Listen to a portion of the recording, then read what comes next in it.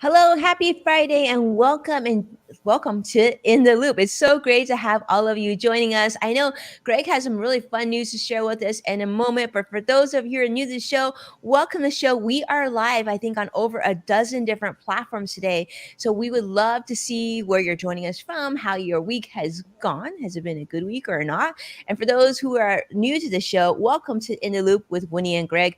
I'm Winnie Sun, longtime financial pro, CNBC council member, Forbes contributor, and host of also Level Up, which can be found on NASDAQ and a bunch of other streaming platforms. But I don't know, Greg, how's your Friday going? Has it been a good week? It's been good. It's been long. It feels like it's been like 5 weeks packed into one, but all good stuff that's going on.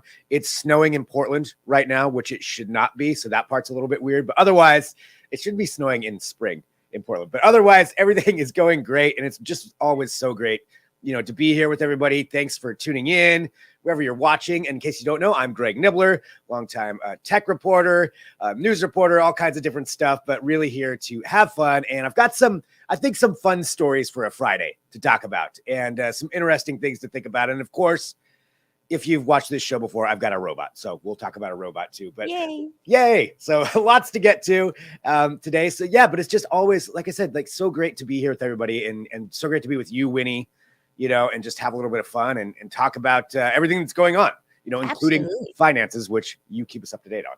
That's what we're going to do for sure, Greg. But I just want to say a huge welcome, of course, to Joshua, who's joining us on YouTube Live. And big thank you, by the way. Got to say big thank you to Joshua, CrossX Fighter on YouTube Live. He's been sharing our streams, and we see him, and we so appreciate it. So thank you so much. And we have a lot of people joining us today. Patricia, great to see you on Facebook Live as well. Always a treat to have you join us. Hope you're doing well. Well, let's start out with the market, because the market's actually still open, which is kind of fun right now. And I wish it was a better Friday, but you know how it goes.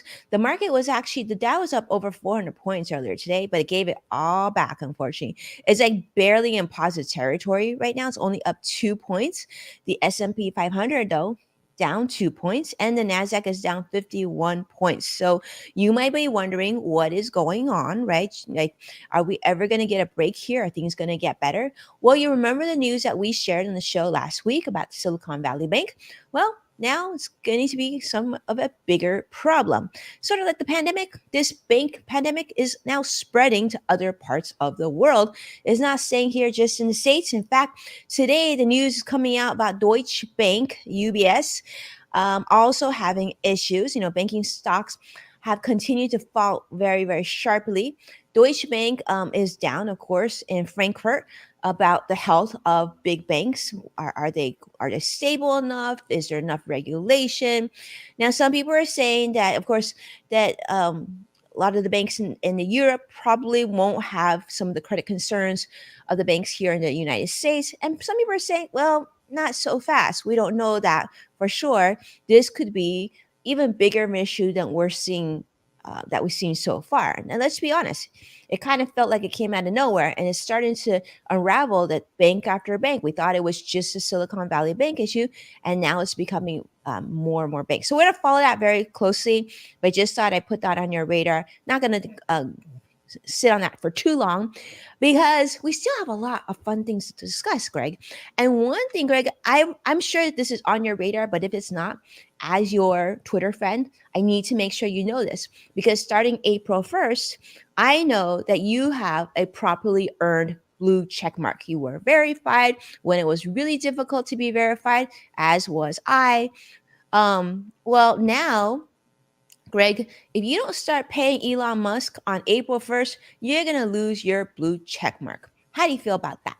It's ridiculous to me. I mean, I just don't understand the point of the blue check mark then anymore, other than to just say, I'm paying $7.99 or however much it is. I think it's $8. Yeah. It just kind of takes away what that was meant to do, which was especially for, journalists or people who are, famous people or whatever, like celebrities and stuff like that, or people who are specified in their industry, just to, guarantee that that's who they are. So nobody's impersonating them. Now, though, it seems like this is just going to be a free for all. I feel like you remember when it first happened where they had the blue check marks and everybody started faking being different people. You had all the fake accounts show up. I feel like there's going to be another rush of that just because Twitter doesn't really have the security to stop that. And so there's going to be other bogus accounts out there now that are going to have the blue check mark. And it's going to be even more confusing than if somebody, to figure out who somebody actually is. Yeah, I completely agree with you, Greg. And I want to say hello and welcome to Sadiq. It's great to see you on YouTube Live. See Vicky on Facebook Live. Always a treat to have you back with us.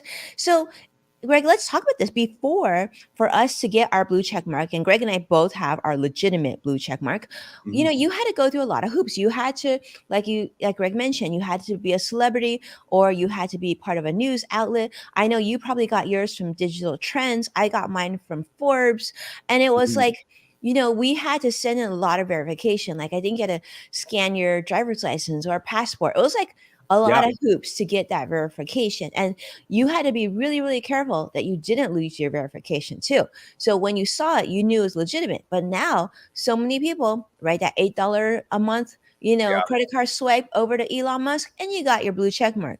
But that's not all because now Twitter is also going to be charging organizations $1,000 a month plus tax, by the way. We should mention that, right? Yeah. And for every affiliate account, that's another $50 a month. It's crazy. I guess Yeah. this is obviously Elon's Musk of starting to make more money. Now, up until, the change, there were 420,000 verified accounts on Twitter. But, Musk is saying that the old system was corrupt. Yeah, I don't think it was corrupt. I think you just weren't making any money off of us. That's Yeah. why you wanted to make a change. Yeah, call it what you will, right? Right. Yeah. So anyway, just thought I mean, like, I have in full disclosure, I have actually signed up for the new Twitter Blue, and the reason is because I had it in an older system, but it does allow us to post longer form video, and Mhm. for what our purpose, that sort of made sense. But it irks me that this whole Twitter Blue, Legacy Blue thing, I think it's Yeah. just not cool. I But think those two things could have been separate. Like keep the check marks its right, own thing because it's just, it's security to know that you're looking at somebody who's legitimate. But then also, have the paid thing for posting more video. Like posting that more gives some value to video. that. That's great. Yeah, because we can But post longer video and we can edit yeah, tweets too, which is kind of nice. I like that. yeah, yeah. Mhm. But separate. I Separate, love right? it. Keep it separate, church Yeah, and state. yeah. So more news. I think this is also helpful. So number one, you got Twitter Blue. So we know that, right? Now, for those of you watching, or if you drive one of these cars, or you know someone who drives one of these cars, make sure that they know this, okay? If you drive a Hyundai or a Kia, and specifically like some of their SUVs and minivans, you really want to pay attention because about 570,000 plus Hyundais and Kias are actually being recalled. And not only are they're having safety issues, but people are telling them not to park their cars in their garages or too close to their house because they're saying you want to park this outside. Not only outside, they're also saying away from structures until necessary repairs are done because these cars, I guess what, could have a potential fire is what I'm reading in the news. So potential fire, so they're saying just be very, very careful. And if you own one of these cars, it just makes sense to go on their website and check to see if your car is affected. But this is like the Santa Fe plug-in hybrid and Santa Cruz Kia Carnival, things like that. But yeah, Yikes. yeah, It's a lot of recalls lately. it's a lot of recalls for sure. All right. Well, I got one last one, Greg, and then I'm gonna throw the baton over to you because this one I think you all will enjoy. I had to share this because this was on Twitter and I just thought it's the funniest thing. Okay, so for those of you who have flown in the last like 10-15 years, there's something called TSA where it's not a fun thing, but you got to walk through a metal detector and sometimes you have to take off your shoes, sometimes you get to not, depending on your status, right? If you have global entry or all that stuff. Well, here's the thing. This was shared on Twitter. Let me ask you this. Do you think that peanut butter should be counted as a liquid or a solid? No. Because what do you think, Greg? It's a solid. It's got to be I a solid. I think it should be a solid as well, right? So because if it's solid, then you can take it in without worrying about the 3.4 fluid ounces rule that Yeah. liquids need to be in. Well, sure enough, so there was a passenger. He's like some podcaster, and I guess he went through TSA with a jar of Jif natural peanut butter, and he found out that in fact peanut butter is considered a liquid. I mean, you turn it upside down, it's not going to come running out. It's not a liquid. It's not a liquid Yeah. in my book. I count Well, that as solid.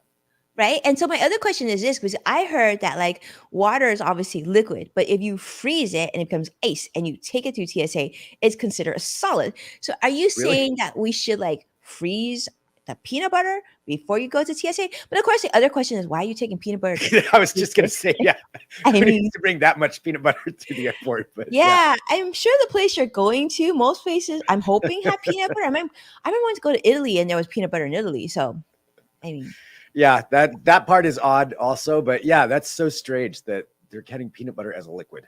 Yeah, that it's so doesn't make any weird. sense to me.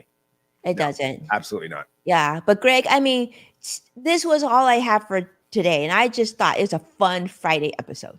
Yes, fantastic. Yeah, absolutely. And yeah, and I don't, it's been kind of a slow week too in tech, but I've got some fun stuff to talk about and to let everybody know about. So the first thing I've got has to do with something that we heard about probably over a year ago, and it's Google Immersive View. So this has been promised by Google to be rolling out for a long time, and now we're finally starting to see it actually come out, and they've announced that some specific cities are going to be getting it, including LA.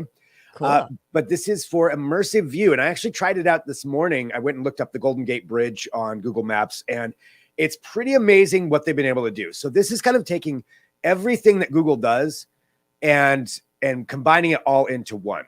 So you have, the regular maps, you have all the, topographical different versions you can do with that. You've got street view, and then you have all of these pictures that also people have uploaded of different places, particularly landmarks.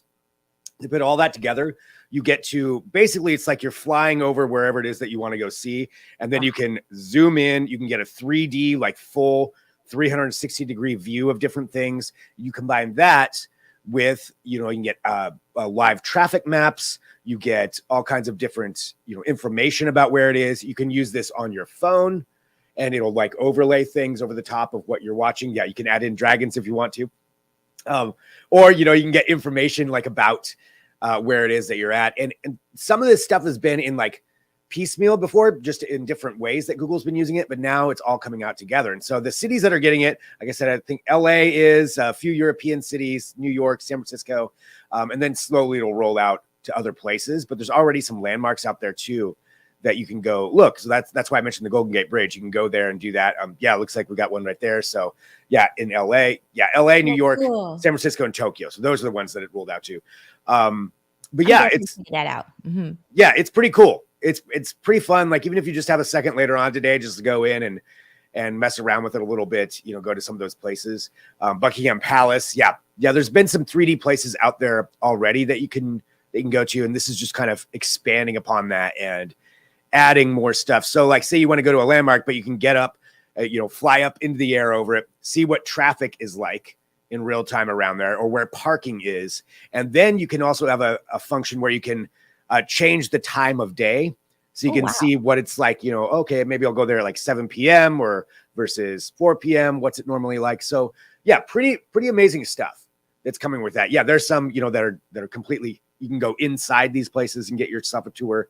So pretty cool. And I just think everybody should, take a second and just play around with it and see if you like it or not. But yeah, going to airports, train stations, totally like it's just going to be a fun way to, and a useful way, I think, to start using maps just in other ways that we haven't used it before. So Absolutely. I wanted to highlight that. Yeah, I love that, Greg, because just imagine if you're driving somewhere that you're not familiar with, right? And you want to check the weather, or you want to check the road conditions, or you want to check some like how busy when like I could think of like one great example. You could actually scope out Disneyland and see how busy it was before Yeah. you made the drive, right? Yeah, totally. Totally. So there's just all kinds of stuff that you can do. So yeah. So that's finally people are starting to see it come out. This, like I said, Google was talking about this a couple of years ago. Slowly getting to it, but now Good job, now, Google. what's that? I said good job to Google. Good job, Google. Yeah. Starting to see it out there. So Vicky's pretty loving it for London Call, she says. oh yeah. Oh yeah. Yeah, pretty cool. So give that a shot and take a look there, and you can find out more information about how everything's going to work. Okay, so we've got Google Immersive. Then here's the other thing, another thing that I wanted to bring attention to. We're talking about AR right there. We'll go to VR and something even more immersive, and that is working out in virtual reality. So we've seen some things like this before, but this is a new one coming from this company, Omni. And so what it is that it's like, so you have this little tracker thing, this little pad that you put up in your living room, so it doesn't take up a lot of space, right? Because previously with VR, anytime you wanted to set it up, you had to get those towers, and then you have to make sure you don't run into a wall. And for a lot of times you do still have to do that, but with this, no need to worry about that. So this looks like so much fun to me. It also looks completely dorky, but I do want it anyway. Just that you're attached to to the thing in the back. So you've got this free range of motion. You can full on sprint.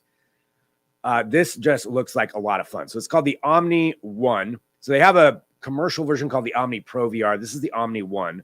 It's designed to be compact, so you can fit it into small spaces. It's got they're going to have 30 different game titles when it launches that are going to be part of this as well. The pricing's a little high. This thing's a little expensive. It's going to start off at $2,595. Why they didn't just go $2,600? They had to save the $5 off. I don't know, but $2,595 is what it's going to start off at. So, this may not be for everybody for these, like, as it's being introduced, but once this technology starts, if it takes off and more people start using it, I could totally see getting one of these. I would 100% do it. I would just not let anybody ever come over and watch me, though.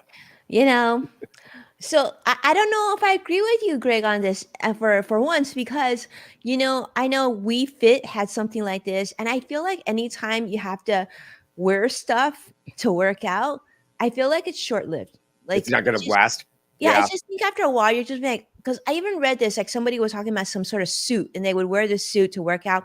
But after a while, this felt so much effort to like put this on and put this on just to get your workout, like 15 minutes of assembly just to start. Then you might as well just go outdoors and start running. That's a fair point. Yeah. And what if you and like technology goes bad and gets old so quickly. Yeah. I feel like I'm not sure about this one. Yeah. I mean, I think, if they do enough iterations of it and they get it down to a lower price, maybe. But yeah, I could totally see what you mean by that. I could see, eventually, if this is my workout, having to put that on. And then, okay, one question. Now I'm thinking about this with you. What happens when you get all sweaty and you're still using all this stuff? That's right. That guy was wearing a shirt. I'm not sure that's like a good example of this. He was wearing the shirt, but it was also weird that he had like a whole group of people watching him. Right. And they were like clapping when he was working. Yeah. That was weird. But good job, bud. Yeah, maybe like, how when you go to the gym and they have these workout machines, if it's like that where you can just like plug into it and then like you can do everything, right? But you're not having to put this on and that on and this on. I'm thinking it needs to be like that. Like literally you could be in your shorts and your t-shirt and you can just like step into something and it's already ready to go. But I think the more you're requiring people to put on, the more it's not going to work. Yeah. Vicky's like, eek. I'm with you. I'm thinking. And Patricia says, yeah, I'll stick with my step aerobics, right? Like Patricia, that's a great point because with step aerobics, you just need to step, right? And then you're good to go. But like, it doesn't matter what you're wearing. Like things don't have to be on you. I just feel like that. Yeah. Flying board. These are all good points. I think the game seems fun. I like that idea. Yeah. But then again, now that now that you're getting me down this road, I'm like, oh, do I really want to be running while I'm playing a video game? No, I don't know if I do right? that. So, And you want people all right. sitting next to you, like clapping, go, Greg, go, Greg. Yeah. Everybody has to watch me play my game. Right now. Yeah.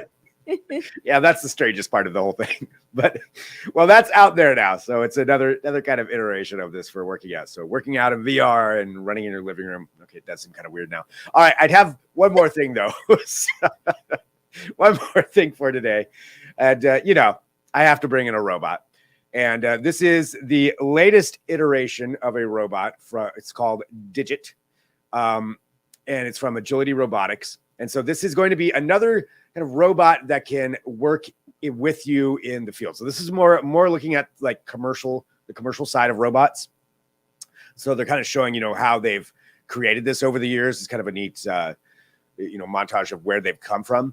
This looks very similar to like the Boston Dynamics robots. It's similar to what Elon Musk wants to do with the Tesla bot, but this is much further along than the Tesla bot, at least as far as we've seen. So this is another one of our future coworkers right here. Wow. Yeah, they're looking at it for that whole purpose of being in, commercial settings and in warehouses and having them do jobs that are dangerous or very harder for humans to do, or that's not really necessary to have a human, haul these things around. You can have the robot do it. That's what they're being marketed for, is to do that kind of work. So this is their version, the humanoid kind of form factor. It's got LED eyes on it as well. So these are, and we've seen several companies working on this that are putting these out there. Amazon in particular has been having a lot of that going into their warehouses, where they're going to have more robotics going in there. But yeah, some examples of what it could be doing. That's like the futuristic city or whatever's going on there.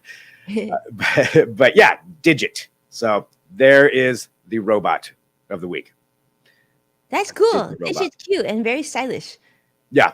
Yeah. I mean, I think, it's one of those things too, where we're just going to have to, whether you like it or not, we're all going to have to kind of get used to the idea that this is going to become much more normal, that we're going to see more robotics, and especially humanoid looking robots slowly are going to start rolling out into warehouses and doing, some of the dangerous job stuff. I think that's great, that humans shouldn't be putting themselves at risk, but there's always a catch-22 with it, but it's happening. So there you go. But you know how much work it is, like when you move houses, right? Or move apartments. Oh, man.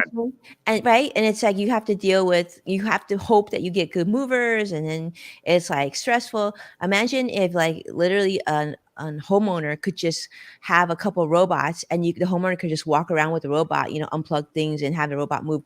I feel like there should be moving robots like ASAP, because I think that's a huge need right now. I love that. Yeah. Robot, pick up that couch and yeah. Pick it up. Yeah. Move in apartments right now. Move my fridge. Let's go. It's all to get the robot butler. That's what it is. Yeah. As soon as it does laundry, then we're good. But for sure. But there's a robot anyway to kind of round out the week. So that was what I had for this one. But lots of good stuff coming up too here over the next coming weeks. I think we're going to get some more product releases. Apple maybe having an event. So lots of things are going to be going on soon. But that's where we're at. And it's always so nice to be here with everybody. Yeah, thank you so much, Greg, for being here. It's fun. Vicky, and it's so nice to have Vicky back too. And Linda, it is so great to see you. I guess Linda is saying that we met in 2015. So welcome back, Linda. It's so great to see you here today. And thank you so much for joining us on LinkedIn Live. So awesome, Greg. And, just once again, a congratulations to you on the new program that you have. And and we're very proud of you. And actually, on that note, since we have a minute before we close off here, I want to put a day on everyone's radar if you're around, especially since Linda's here and we see Vicky here. April 11th. Okay, April 11th, CNBC event, and we are collaborating once again. I will be speaking at Women and Wealth. So it's a free event. It's virtual. If you're around, please RSVP. Tell me you. It's going to be awesome. Yeah, there we are. And there we are. See? I mean, that is so cool, Winnie. Thank you, Greg. So if you're around, definitely sign up. We'd like to see you. It's totally free. And I've I've been to so many of these events. I've spoken at so many CNBC events. Let me just tell you, they're my favorite events. They're so engaging. Everyone's super, super nice. So thought I put that on the radar. But with that, I mean, I don't know, Greg, you having a great weekend? Because I hope that you have an incredible weekend. I'm looking forward to having a few days off. Yes, I like that as well. That is what I am also looking forward to. And I hope everybody else has a great weekend as well. You know, Yes. everybody who joins in, we just appreciate all of you who tune into the show and share it and comment and be a part of it with us. So thanks to everybody. Thank you to everybody. Yeah. And if you do share the show on social media, make sure to tag at Greg Nibbler, at Winnie Sun. And that way we can properly thank you on the show. We truly appreciate your time. And we look forward to seeing you again next week. Bye. Take care.